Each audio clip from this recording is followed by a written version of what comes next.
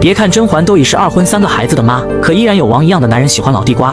像熹贵妃这样既聪慧又俊俏的女，你们大清皇帝喜欢，本汗也喜欢。皇上若是看到眼前一幕，他的心情一定和春意盎然的景色特别搭。当然，最可怜的还是温实初，人家可是元氏骨，但最后连个分红都没有。当年甄嬛在凌云峰酒店实习的时候，曾和果郡王一起救过被导航带偏的摩格可汗，从此这个男人就成了甄嬛的铁粉。于是他整兵秣马要抢走皇上的大宝贝。当可汗炙热的眼神洒向女神的那一刻，甄嬛心里顿时慌的一批。毕竟她曾见过自己和果郡王的结婚照，万一他截图发给皇上，岂不是当场立坟？接着甄嬛就假装去洗手间匆忙离开，没想到可汗的嗅觉特别灵敏，他居然闻着味道就找到了女神。起初甄嬛装作不认识的样子和他周旋，但可汗不讲武德，一上来就打开收藏揭露甄嬛的老底。你的胆子倒是大得很，竟敢和皇帝的亲弟弟私通。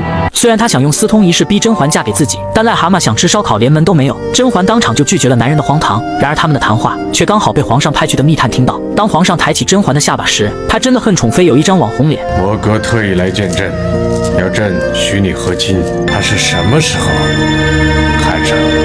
天生多疑的皇上让甄嬛心中愕然，他马上拿起簪子表示自毁容貌，也绝不会做出有羞辱朝廷的事。然而大律局却是个猥琐男，他说不去和亲肯定会发生战乱，但目前朝廷已经出现财政赤字，希望爱妃站在民族的立场为国效力。其实这是皇上特意安排的一场戏。当果郡王听到甄嬛要去和亲时，向来智商在线的他立马闯入大殿，请求带兵出征，也不能让皇上丢人，结果就落入大律局设置好的圈套里。你这个请求是为了大清，还是为了他？我原来费尽心思，只为引臣弟说出这句话来。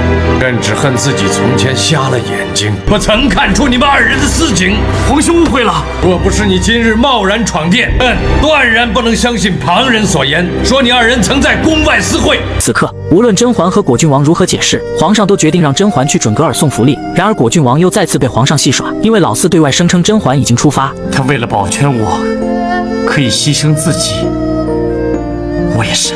他哪里是为了保全你，他是为了保全他自己。如果他有事，我一生都不会好过。为了救出挚爱，果郡王破釜沉舟，竟私自带兵前往准格尔抢回爱人。这样一来，大律局终于坐实了甄果恋。但在杀与不杀之间，皇上徘徊了很久。好在胧月的孝顺暖化了老四那颗冰冷的心。他说和弟妹们担心额娘身体，不能在额娘生病期间侍奉就是不孝，并用清肠汤药的典故来表达想要照顾额娘的打算。从小没感受母爱的皇上听到女儿这番话，顿时就起了恻隐之心。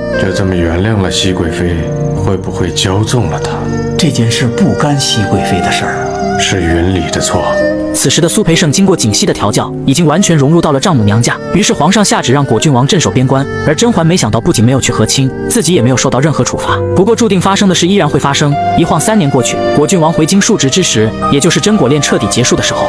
别来无恙，托王爷的福，一切无恙。如果当初他们2人在凌云峰远走高飞，然后在58同城找个满意工作，也就不会发生甄嬛被迫毒害挚爱的惨剧。你告诉朕一句实话，你跟熹贵妃有没有苟且之事？